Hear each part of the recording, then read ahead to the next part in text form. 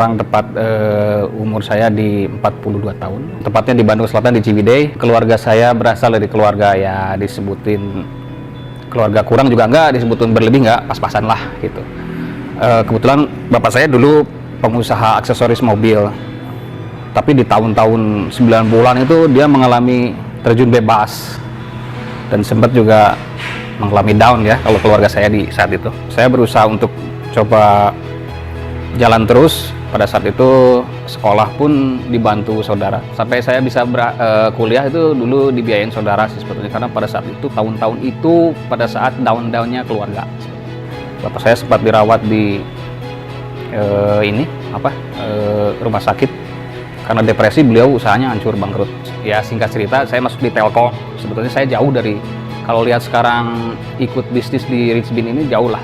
Jadi pengusaha kopi, jadi jualan kemasan dan segala macamnya ya. Dulu saya mau basicnya teknik telekomunikasi.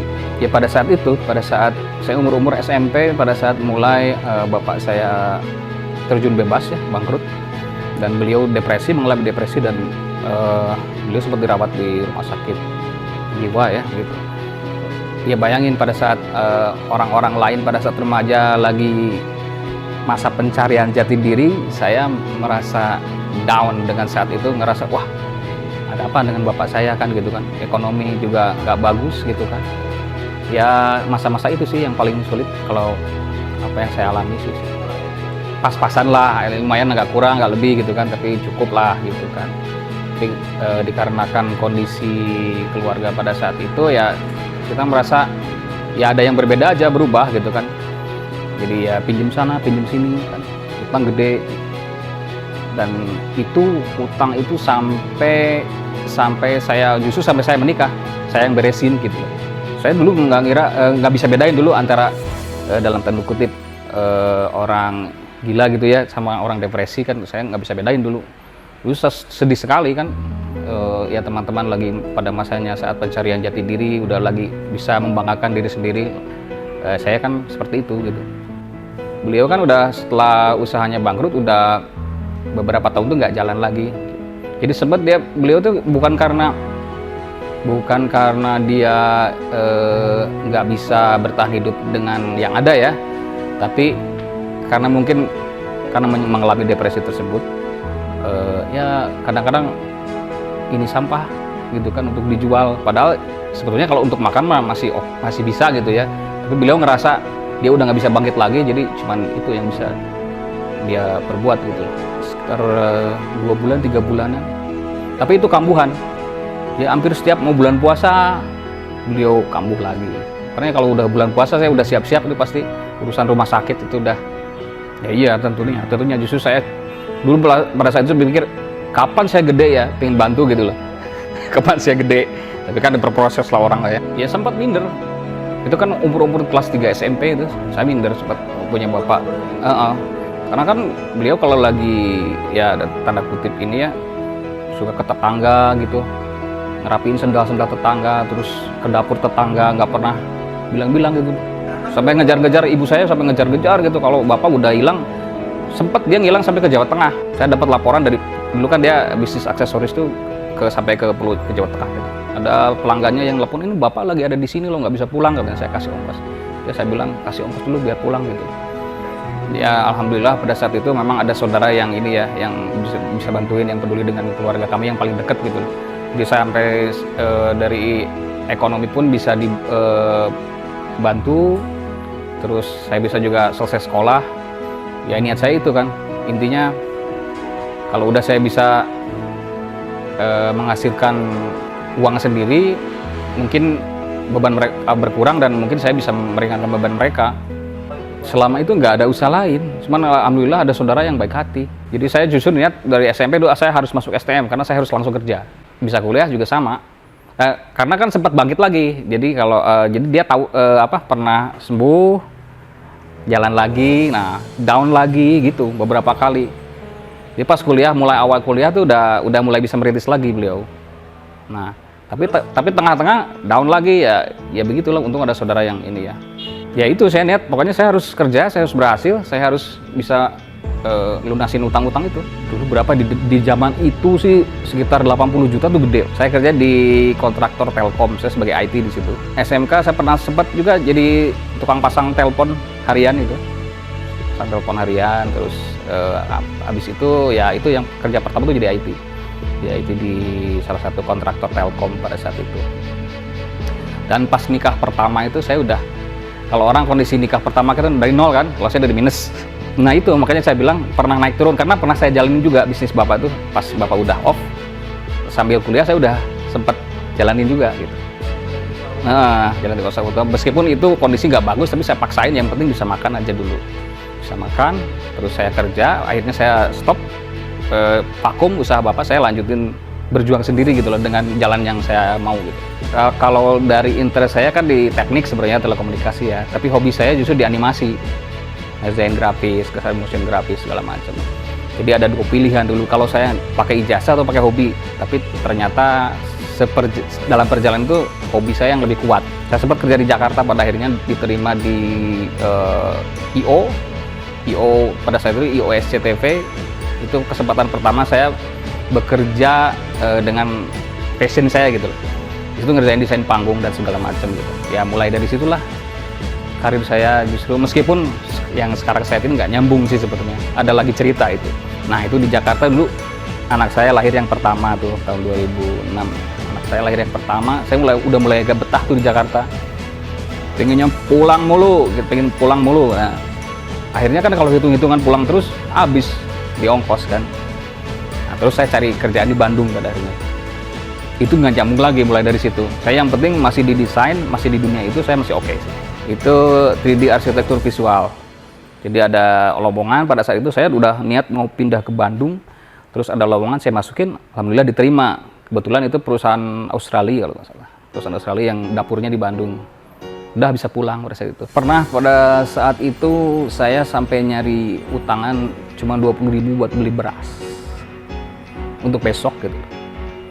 Karena ya kalau saya sih prinsipnya gini, saya kalau senang saya sering sharing, tapi kalau susah saya nggak pernah. Saya nggak pernah sharing kalau susah, meskipun kadang ibu juga nggak pernah tahu. Kalau saya lagi susah, saya mendingan cari solusi sendiri, meskipun pinjam ke teman. Kadang-kadang pinjam ke teman juga nggak pernah yang deket gitu, yang jauh gitu kan, biar orang nggak notice saya lagi susah gitu. Saya nggak mau kalau saya kelihatan susah gitu. Udah mah dari awal kan tanggungan minus, untuk saya ingin membantu orang tua yang menyelesaikan utangnya. Terus untuk diri pribadi juga susah gitu kan, sampai kadang harus cari pinjaman hanya untuk beli beras buat besok. Karena pada saat itu terakhir saya ngejalanin bisnis bapak, ada tuh simpenan. Padahal itu sebenarnya itu simpenan terakhir ibu itu. Kalau mau nikah udah nikah aja. Kalau nantinya terserah nanti aja. Pasti ada rezekinya kan gitu. Ibu saya bilang gitu. Ya justru ya pada saat itu, pada saat belum ada pekerjaan, terus hutang bapak juga masih numpuk dan juga yang nagih kan ke rumah. Nah itu pada saat itu saya nggak bisa ngapa-ngapain gitu. Makanya pengen cepet-cepet cari kerjaan yang bisa bantu gitu. Nah setelah pulang ke Bandung kan, pulang ke Bandung itu kan di desain arsitektur ya, interior eksterior. Saya kan masih freelance di Jakarta. Jakarta masih freelance, masih IO, masih suka manggil desain grafis. Pada saat itu ada job, kadang-kadang saya masih ke Jakarta, tapi nggak tinggal gitu, nggak stay. Ada kerjaan di Pontianak. Ada kerjaan di Pontianak, terus saya pergi ke sana sekitar semingguan. Di situ ada kedai kopi namanya Kopi Aming. Kan selama ini orang ngopi taunya saset ya. Nah di situ ada, oh ini enak nih, di Pontianak tuh terkenal Kopi Aming, cobain katanya. Nah saya cobain, oh gini kopi murni ternyata ya. Mulai dari situ saya senang ngopi, jadi udah nggak main lagi kopi saset, tapi mulai main kopi murni, minum kopi murni lah. Sampai udah pulang di Bandung pun nyari gitu loh, nyari ngopi. Tahun 2009 tuh kan krisis global, properti hancur. Pada saat itu saya down lagi, itu bubar perusahaan, dan pada akhirnya saya freelance arsitektur, masih ngerjain arsitektur tapi freelance. Jadi kalau ada job ya kerjain, kalau enggak ya nunggu gitu. 20.000 saya dibayar ngedit video kawinan, 20.000 saya, ya itu yang paling tinggi. Saya justru nggak pernah lebih dari situ, angka 50 juta itu. Nah udah mulai, tapi kan freelance, namanya freelance ya, sekarang ada besoknya sabar lagi gitu. Istri, alhamdulillah saya punya istri, punya sabar, dia sabar banget dan mendukung apapun yang saya kerjain. Oh iya, pernah saya jualan ini loh, jualan buku, jualan buku mewarnai loh. Jualan buku mewarnai ke SD. Memang ada yang jualin, saya yang produksi kan, karena saya yang didesain kan. Itu jual harian. Pernah bulan puasa tahun berapa gitu, pas mau buka saya nungguin duit store dulu, Bro. Gak bisa beli buat takjil, nungguin duit storan, cuman 150.000 gitu lah. Orang lain nggak tahu, padahal kiranya saya masih aman gitu. Ternyata saya bukan jaga gengsi, saya nggak mau bagi sharing kesusahan, mah saya nggak mau gitu. Orang setiap minggu usahain berapapun yang saya punya, saya keluarin untuk anak yatim gitu. Itu 2009 ya, 2009 itu bubarkan perusahaan, saya freelance lagi, saya dapat job di Pontianak, terus saya kenal dengan Kopi Murni pada saat itu. Nah, saya kembali lagi ke Bandung kan. Nah, job arsitektur di tahun 2018-19 tuh mulai bagus. Banyak. Saya udah mulai nggak ke handle kalau sendirian ngerjain. Ada teman sendiri, dia bicara kepada saya, gimana kalau ini dibisnisin aja gitu, jangan dikerjain sendiri gitu. Kita hire karyawan, kita cari investor, kita bikin kantor gitu, awalnya gitu. Beliau sendiri sih basicnya, si teman sendiri itu sebenarnya basicnya di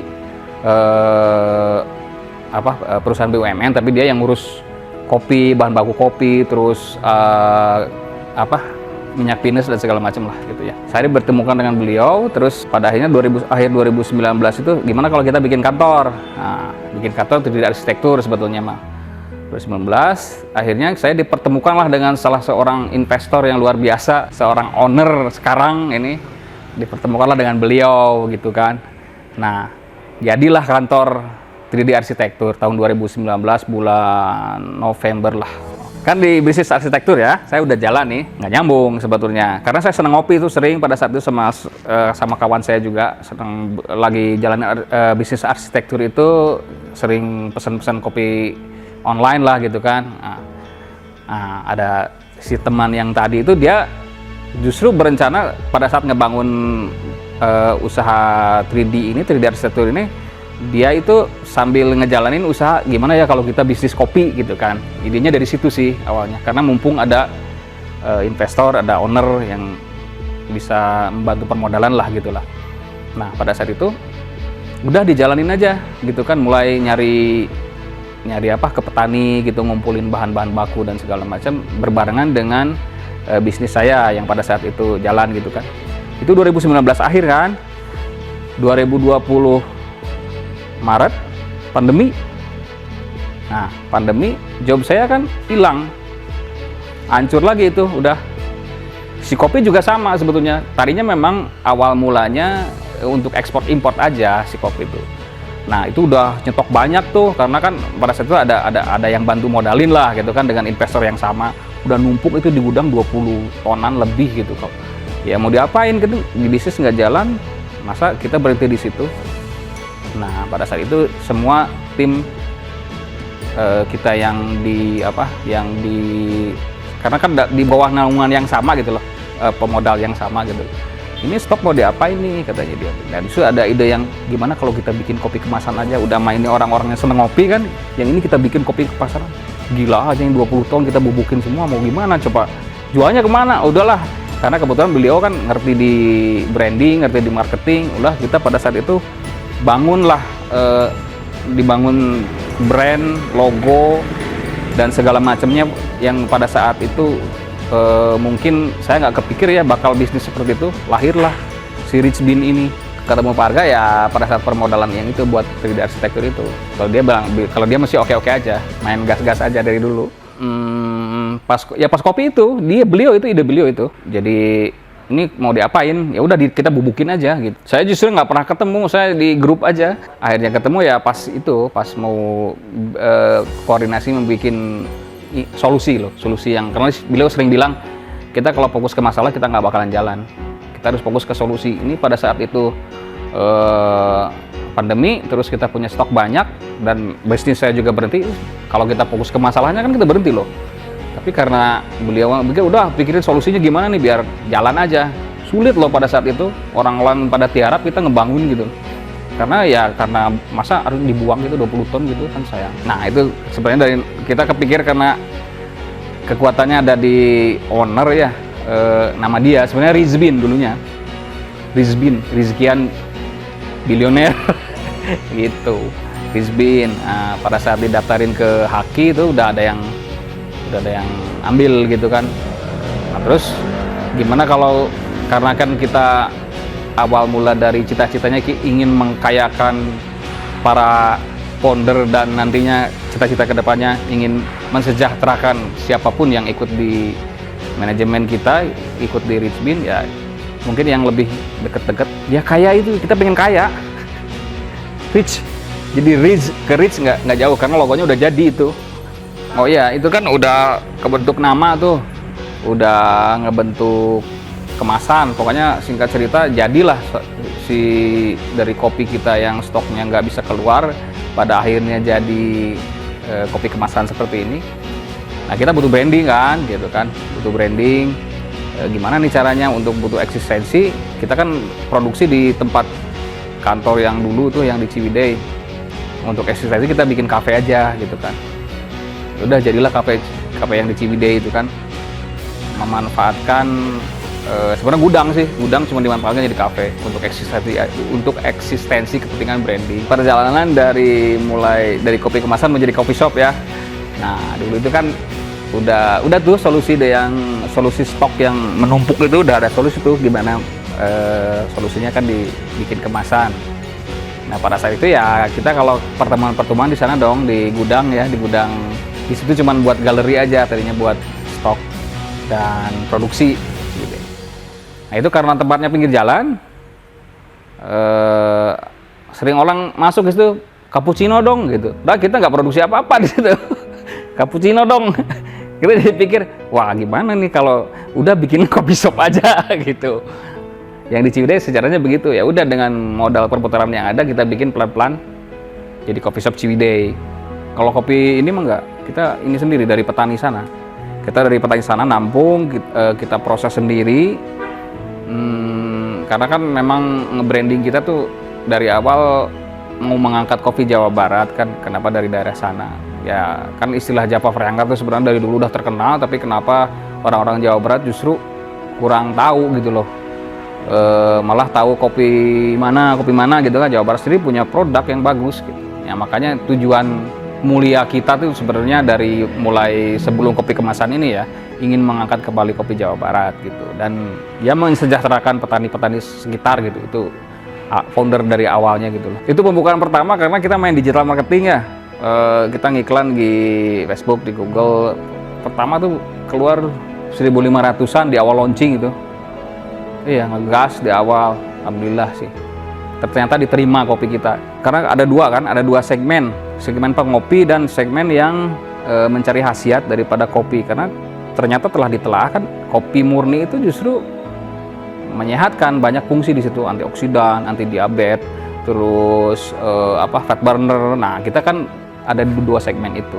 Satu, kalau pengopi kadang-kadang nggak peduli nih isinya apa, yang penting ini daerah mana dia mau coba, itu aja. Kalau yang segmen kedua yang cari manfaat ini. Dan mungkin yang paling diterima itu banyak yang nggak nyangka itu yang di sini, diet. Karena memang efektif untuk diet. Sama base-nya dari kopi ini, dari kopi Rizbin yang blend. Perjalanan ya manajemen juga banyak drama ya. Karena kan ternyata untuk menyamakan visi dari 8 orang itu nggak mudah. Dan dari 8 itu tinggal berempat ya, di luar owner gitu, tinggal berempat. Ya sebetulnya umum ya kalau orang ngebangun usaha itu sebetulnya ya kembali ke goal awal gitu, kita mau ngapain gitu kan. Ya usaha itu kan kita ingin memakmurkan diri sendiri, dan kalau kita kan ingin mensejahterakan banyak orang gitu. Yang dari awal kita kopi bahan baku juga kita kan udah niatnya seperti itu. Kita ingin mensejahterakan petani yang di Bandung Selatan gitu loh, yang di Jawa Barat, biar kopinya tercium lagi, terus bisa harganya juga biar bagus gitu kan. Nah kita perkenalin kan, nggak ada, kadang-kadang gini, kalau di Ciwidey lah, mungkin sama sih di daerah lain juga. Jadi kopi daerah itu kehilangan identitas karena banyak orang luaran sana membeli bahan baku yang memang belum diproses. Ketika dibawa ke daerah tertentu, dia diproses di sana, jadilah identitas di sana. Misalkan contoh dari Medan, misalkan kalau dari Bali, bisa jadi itu bahan baku itu ngambil dari Bandung. Tapi ketika diproses di sana, jadi punya identitas di sana. Kita kehilangan identitas. Jawa Barat itu mungkin kalau setahu saya mungkin karena belum nggak kedengeran gitu loh. Ya itu niat kita itu. Jadi biar kopi Jawa Barat itu punya identitas. Ini loh kopi Japa Priangar, kita proses sendiri dan brand gitu. Intinya membangun brand. Dulu karyawan 8 orang. Sekarang udah 55 lebih lah. Ya, tempatnya kita buka cabang juga di Malang, Jogja, Bali. Omset terbesar total ya, karena kita juga sekarang tidak ngerjain cuman kopi shop. Omset terbesar sampai 3M. Bukan kopi total. Kalau dari kopinya setengahnya sih mungkin. Karena main bahan baku juga. Kalau dari kopi shop kan kita belum banyak. Kita yang lokalan aja. Ekspor. Kita mau ekspor kan tujuan awalnya itu. Tujuan awal kita ekspor. Cuman kesempatan yang sekarang belum kita garap lagi aja. Assalamualaikum. Saya Andri. Saya di Richbin sebagai manajer produksi. Awal-awal sih saya gabung sama Pak Tat dulu sebenarnya saya. Ikutan dia kan di grafis kan. Cuma saya tukang kopi. Benar-benar tukang kopi. Semua kopi udah saya cobain. Makanya perbenaran rasa, aroma, ya insya Allah saya tahu. Makanya ya adanya Richbin ini, saya langsung ditunjuk aja. Kayak diseret aja. Nih, masak tuh, kopi banyak gitu. Gitu cerita awalnya. Kalau dari latar belakang, kalau saya sih ganti-ganti ya. Saya divergen lah kalau saya apa aja bisa gitu. Cuma pas kebetulan pas ngebentuk Richbin, kan saya bareng sama Pak Tomat gitu kan. Kenapa saya ditunjuk? Karena tadi itu saya paling yang dianggap paling tahu tentang kopi gitu. Dari segi rasa, aroma gitu kan. Makanya saya yang ditunjuk. Pas yang tadi cerita stok banyak nih nggak jadi ekspor kan, diapain gitu kan. Udah dibikin bubuk aja dikemas gitu kan. Di antara rekan-rekan yang 8 itu nggak ada yang bisa kan. Ya, saya yang dianggap yang paling bisa gitu. Makanya beli mesin, udah langsung praktek gitu. Awalnya gitu. Kalau kopi, mungkin bagi umum kopi itu kayak sama aja gitu kan, pahit atau asam gitu kan.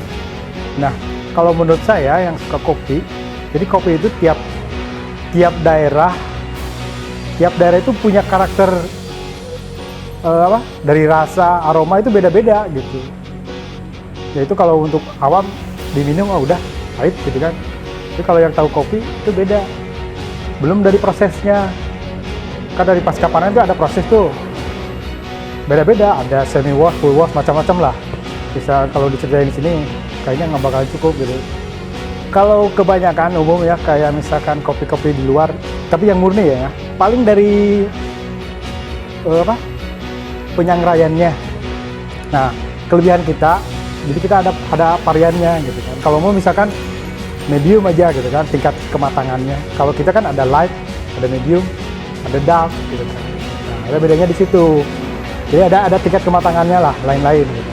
Kalau umum kan nggak disebutin, tapi paling udah di medium aja gitu. Kalau kita ada tingkatannya, jadi macam-macam lah. Jelas beda. Padahal kopinya sama. Rasa jelas beda. Kalau misalkan tingkatan yang paling rendah ya maksudnya baru matang lah. Itu light. Itu kan rasanya masih bener-bener orisinil dari kopinya. Asamnya ada, manisnya ada, pahitnya ada. Nah, itu yang light. Kalau yang medium, dia udah balance tuh. Pahit sama manisnya udah seimbang gitu kan. Nah, kalau yang dark, udah itu pahit aja gitu. Yang lebih menonjolnya. Gitu. Pengaruh harga nggak jauh beda sih, makanya kita harga sama aja, bisa kayak harga jual. enggak sih, kita dibikin sama aja, beda dikit. Heeh. Misalkan satu ini kemasan ini kan ada 3 varian tuh, kita harganya sama aja sih. Ya seperti saya bilang tadi, jadi kopi itu, makanya kalau di kopi ada istilah single origin gitu kan, makanya identitas kopi itu benar-benar ditulis gitu, misalkan kopi ini asal dari mana gitu. Soalnya tiap daerah ya dikarenakan mungkin kalau daerahnya kalau ketinggian itu kan pengaruh tuh kan ke kopi, karakter kopinya. Contohnya ya kopi kita lah dari daerah Priangan kan, Pranger itu kan. Nah, kopi kita itu kan lebih acidity-nya lebih dominan gitu daripada pahit sama manisnya. Jadi lebih fruity kalau orang kopi bilang. Bodinya ringan kayak teh gitu kan. Nah, itu identitas kalau kopi Prianger ya. Jadi lebih seger aja gitu, fruity ya rasanya. Itu adanya di light tuh. Coba deh kalau misalkan ngopi minta P60 yang light. Nah, itu rasa yang masih orisinil dari kopinya itu masih orisinil aja, belum berubah gitu. Jadi rasa aslinya gitu. Proses yang tadi saya bilang. Jadi kopi itu kadang kopinya sama, misalkan kopi Ciwidey itu, kopi sama. Proses pasca panen itu kan macam-macam. Nah, itu yang bikin beda. Dari rasa, dari segi harga, dari kualitas. Kalau misalnya kualitas, ya kita misalkan panen buahnya yang merah-merah gitu kan. Itu pengaruh ke harga juga. Nah, terus kan di prosesnya ada wine proses, ada semi wash, ada full wash. Nah, itu yang menjadikan itu beda. Padahal kopinya sama, harga bisa beda. Karena treatmentnya itu, proses pasca panennya itu. Kayak misalkan wine, atau kata Bapak tadi, yang berapa? 1,5 juta. Nah, itu kopi luwak mungkin.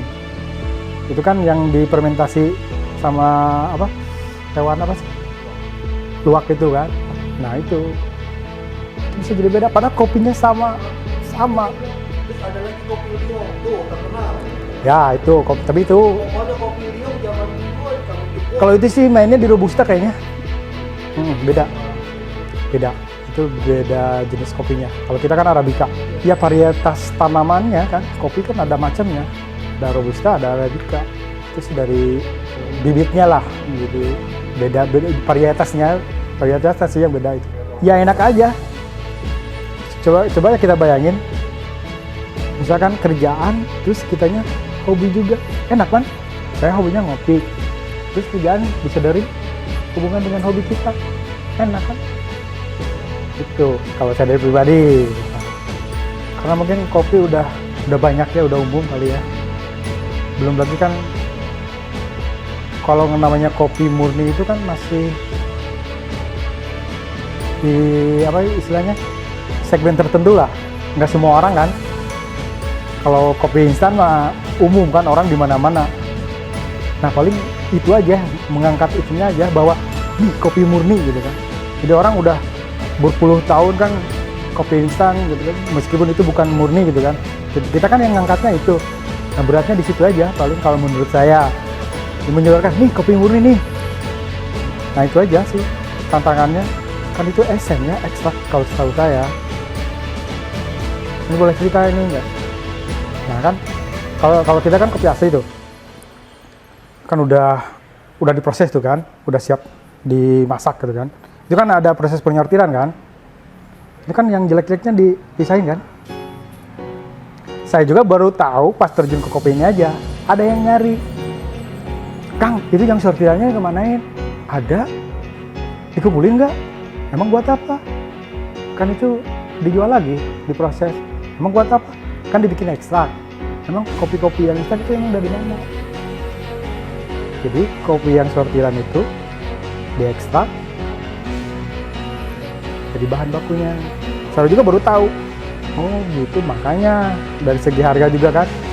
Misalkan kalau kopi murni kan, sekarang misalkan satu porsi bisa 20 sampai 25 ribu kan.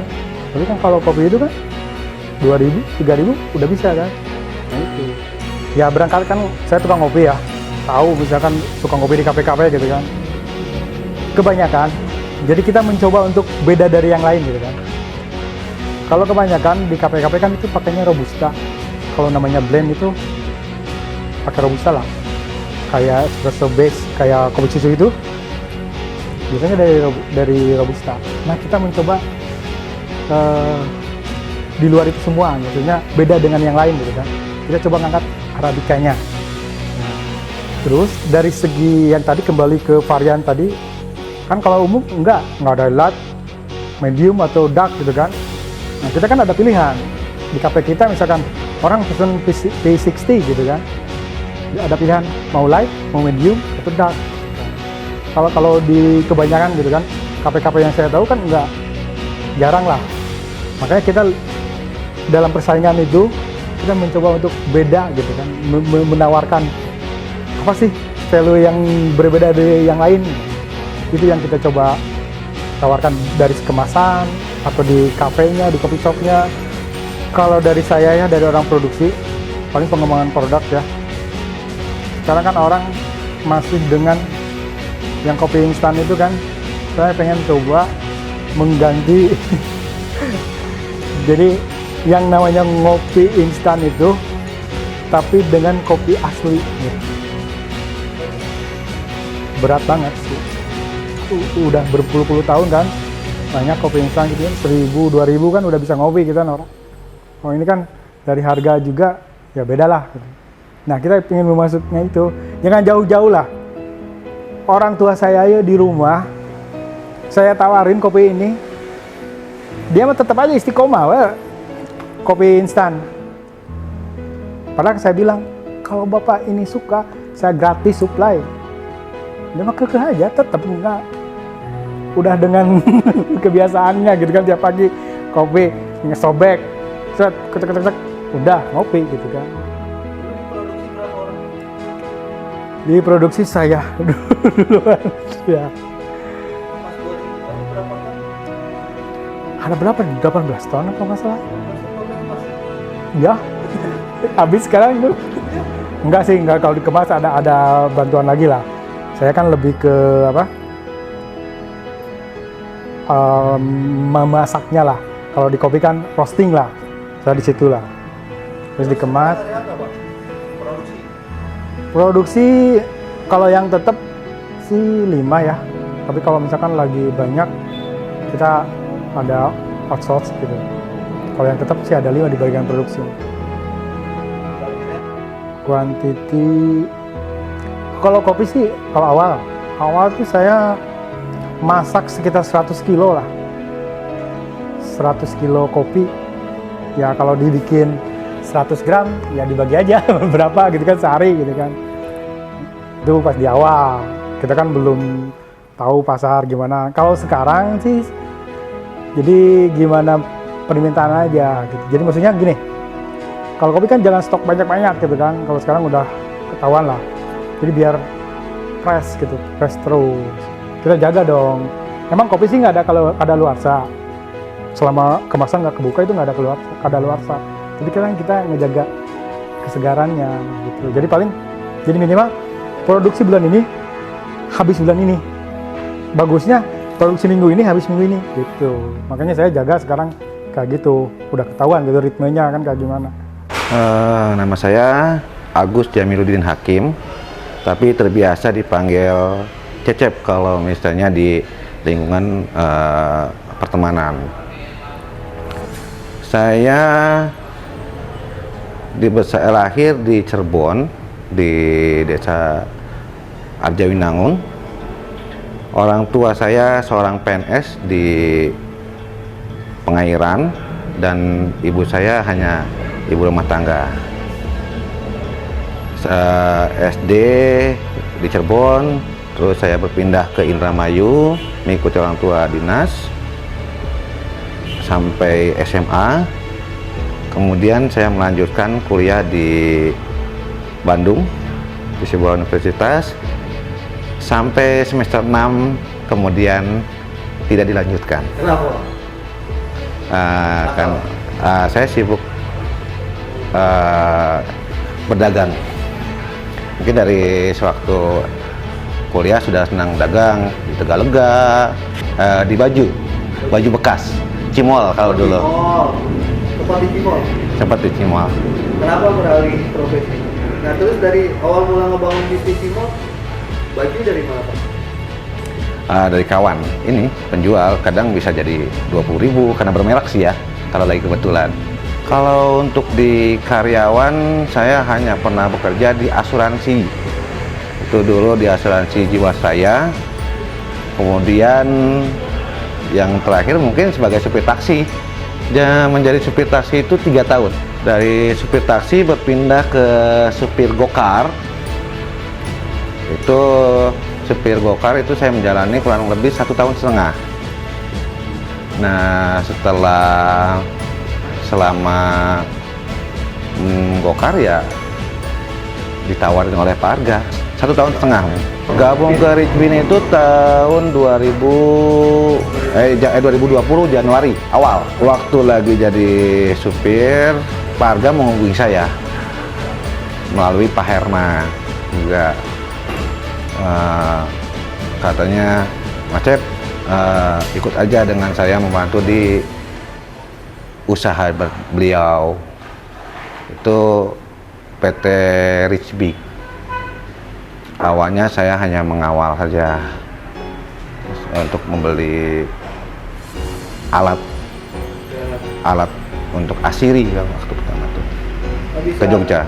Itu pertama kali berkenalan dengan Pak Arga itu di saat kita sama-sama diperkenalkan pada suatu usaha yang ternyata usaha tersebut scam. Apa sih, Ken? Ya, usahanya sebetulnya penipuan. Bangkrut. Penipuan intinya. Berapa? Kalau saya sih nggak banyak sih, mungkin 100 jutaan lah. Tapi Total kerugian?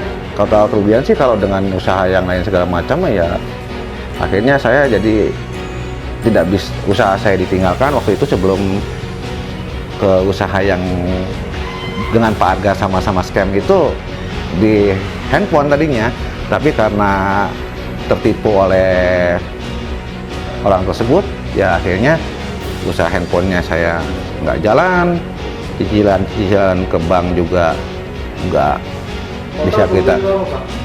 Ya mungkin Dengar cerita kan 500-an lah mungkin. sama Pak Arga, Kalau Pak Arga itu sekitar 2M-an kalau dia, minus 2M dengan usaha-usaha yang lain tapinya ya. Kalau dulu itu gara-gara usaha yang sama-sama dengan Pak Arga satu jenis itu, kalau ini tuh bisnisnya bisnis kolateral sebetulnya. Bisnis kolateral yang istilahnya seandainya kita memberikan uang sekian nanti dapat sekian M, padahal itu bisnisnya bisnis yang halusinasi.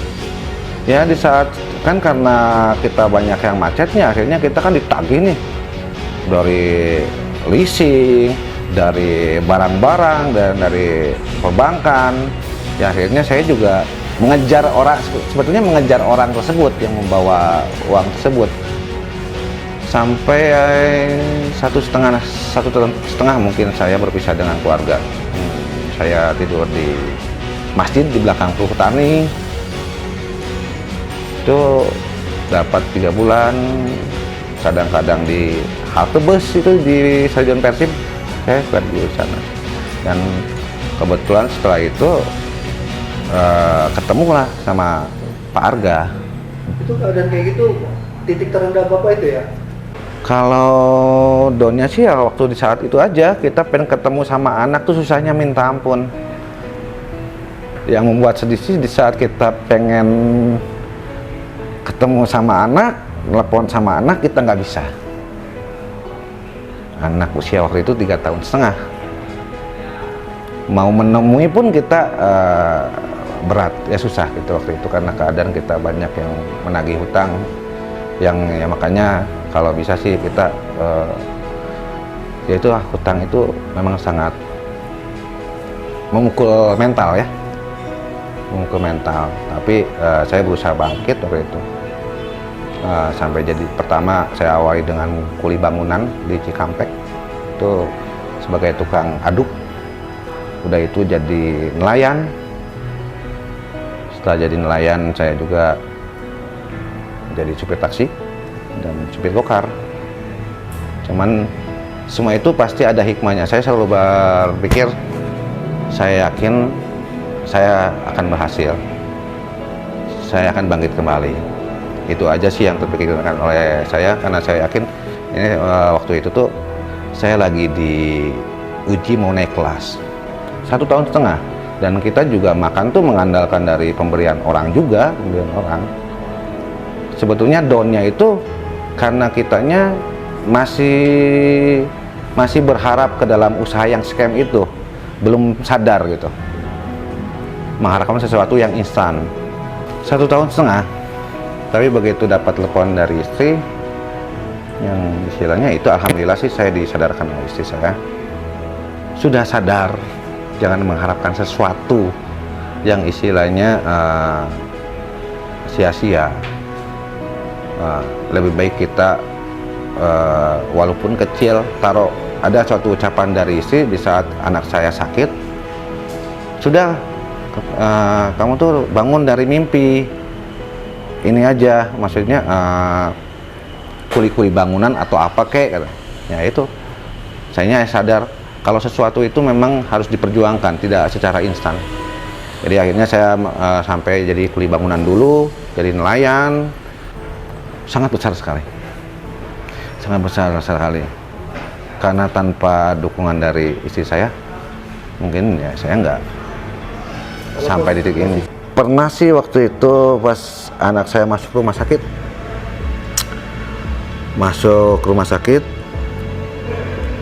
itu kita bingung untuk pembiayaan.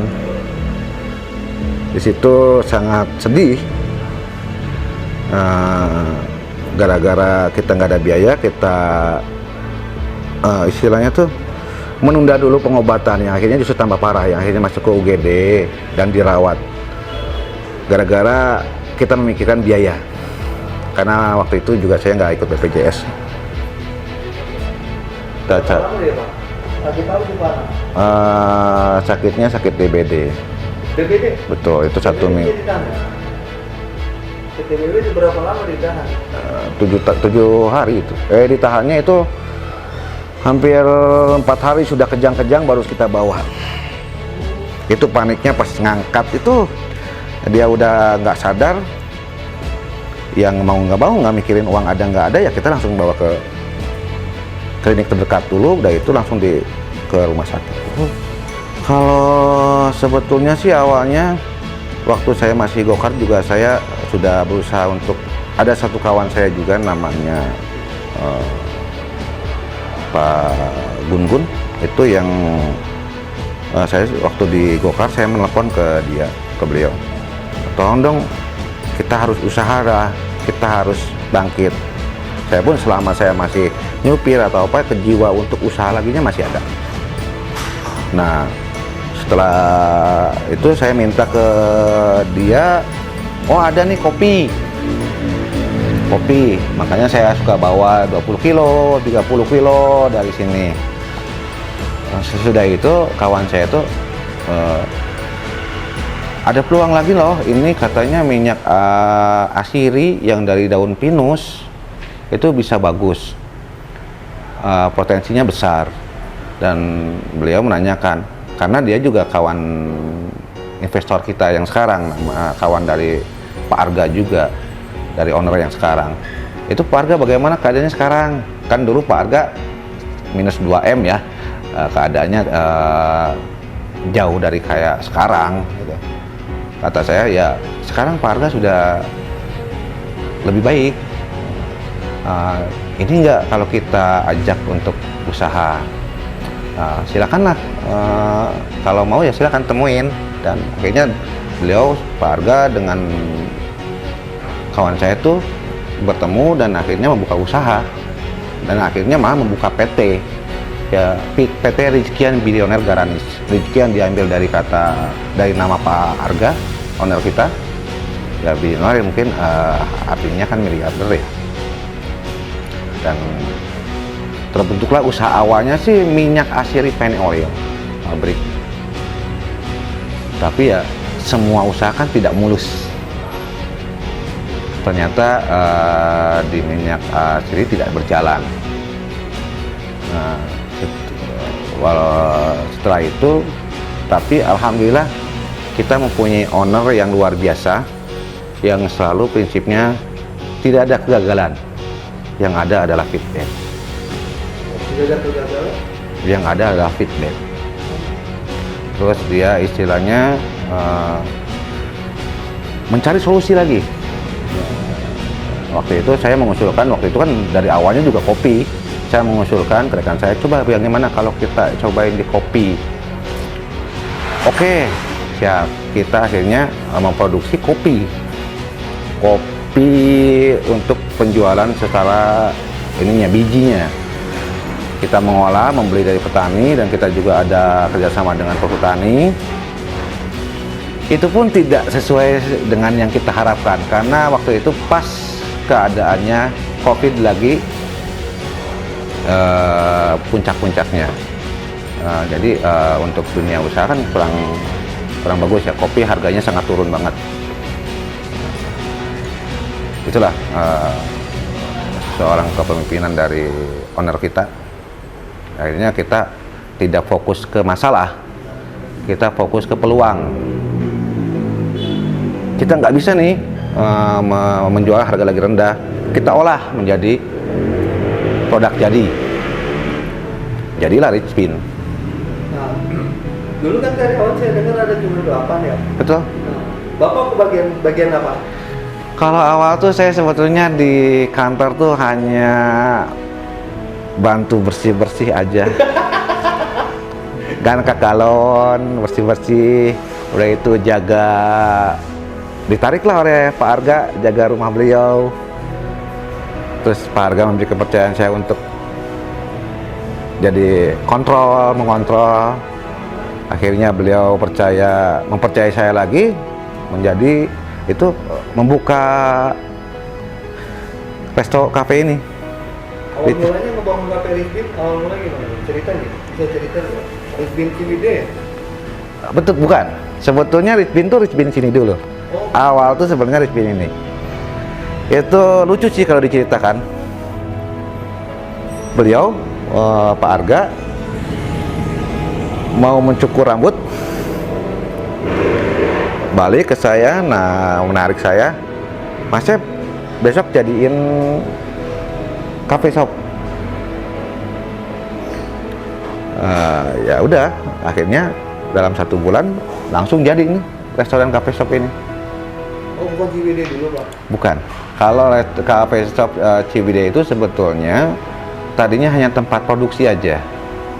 Hanya bukanya di sana dulu. Tapi keinginan untuk bukanya di sini dulu, karena di sini ada proses renovasi segala macam. Jadi lebih lama. Kalau di sana kan sudah siap. Kalau perusahaan kita tuh karena memang tadinya dibentuk dari dasarnya kekeluargaan ya,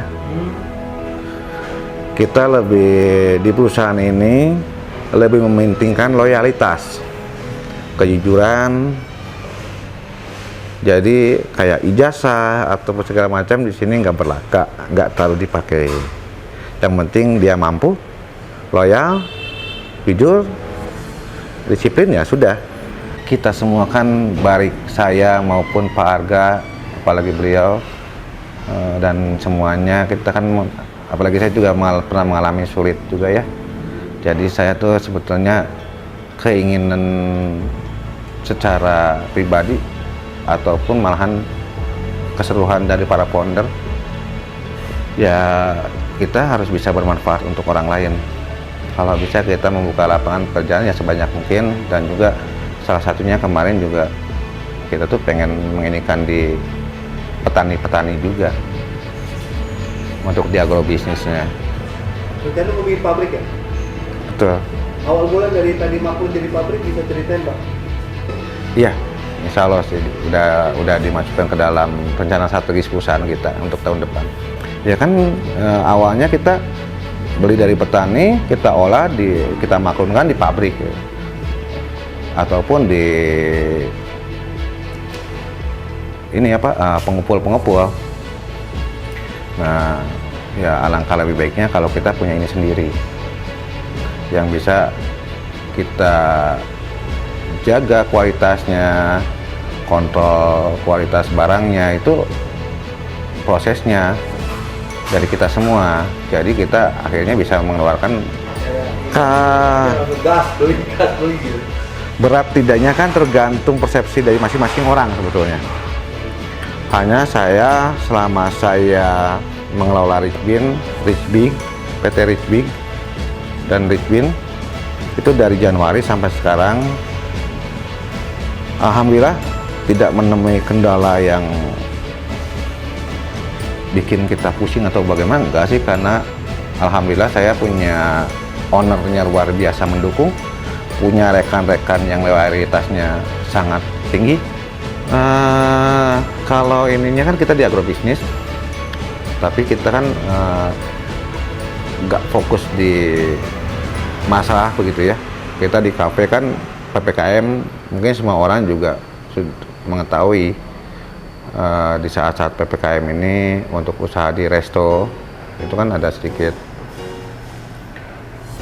apa sih namanya, tantangan lah dengan ada aturan dari PPKM pemerintah. Orang kan sudah jarang berkumpul, baru sekarang lah menggeliat. Nah, kita akhirnya mencari solusi yang lain, peluang-peluang usaha yang lain. Akhirnya kita dapatlah peluang seperti di toko baja, terus juga di kontraktor ya, seperti kita ada kerjasama dengan BUMN dan juga dengan pemerintah Pemda setempat. Yang sulit itu membentuk timnya, tapi jika timnya sudah terbentuk dan settle, ya kita bisa autopilot. Tantangannya itu membentuk tim, tapi di saat kita sudah mempunyai tim-tim yang solid, tim-tim yang memang mampu menjalankan, itu udah autopilot, enak. Ya dari 9 tersisanya kan bukan 5 sih sebetulnya, bukan 4. Dari 9 orang kan tidak mudah ya menyatukan suatu visi, tidak mudah menyatukan suatu pemikiran. Ya akhirnya dari sekian ini ya yang tersisa tinggal 5 yang memang kita benar-benar satu visi, satu keinginan. Kopi itu banyak, tapi yang betul-betul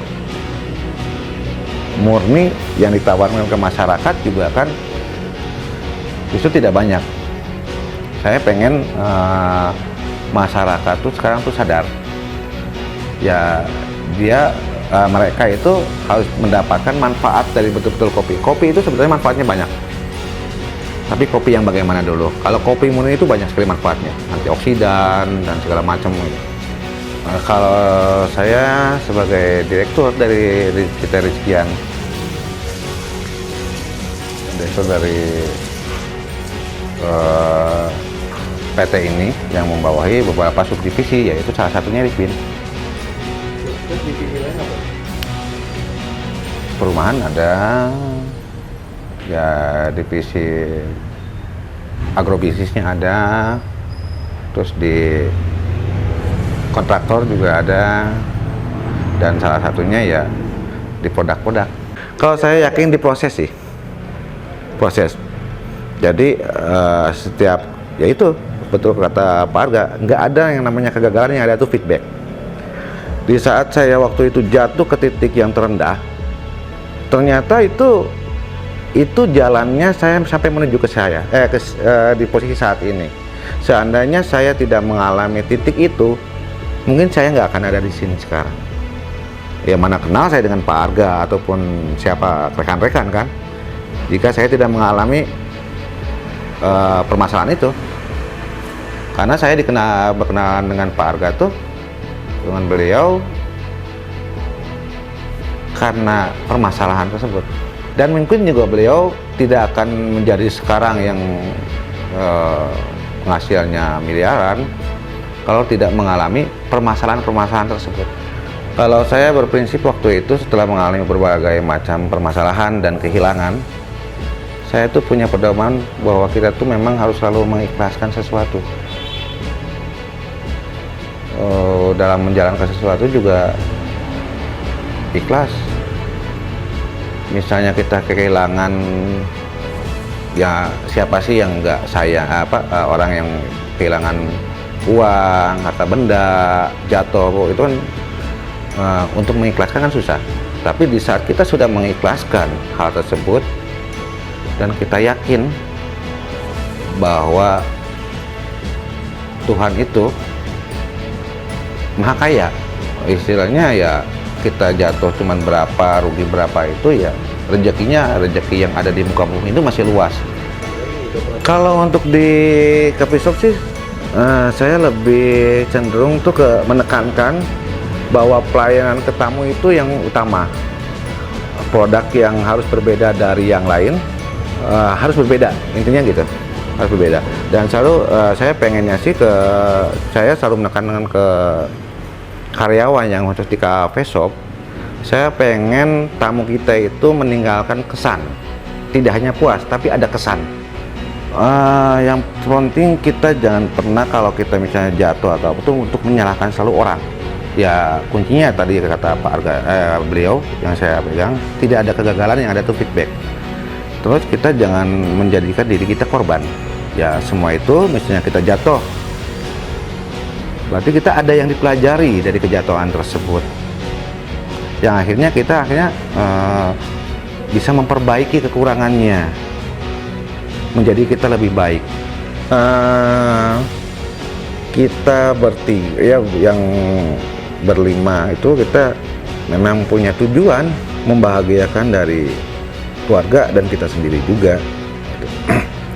Jadi mimpi itu selalu kita jaga, kita perjuangkan, dan selalu kita di sini tuh terbiasa dengan menentukan dari tujuan-tujuan ataupun target-target, dan kita selalu berusaha untuk mencapai target-target tersebut. Kita berusaha secara maksimal. Mungkin melihatnya sekarang santai, tapi kalau lagi awal-awal mah kadang-kadang sampai pagi pun kita jalanin. Kalau masalah, justru kita pengennya di sini menjalani karena dengan kita lepas, hati kita bahagia, menjalaninya pun enjoy, dan nanti ide-ide kita juga berbeda dengan kita dalam pressure yang kaku gitu. Jadi saya membawa lingkungan pekerjaan di perusahaan ini adalah serius tapi santai. Dalam pekerjaan kita harus beres, tapi suasananya kita harus happy.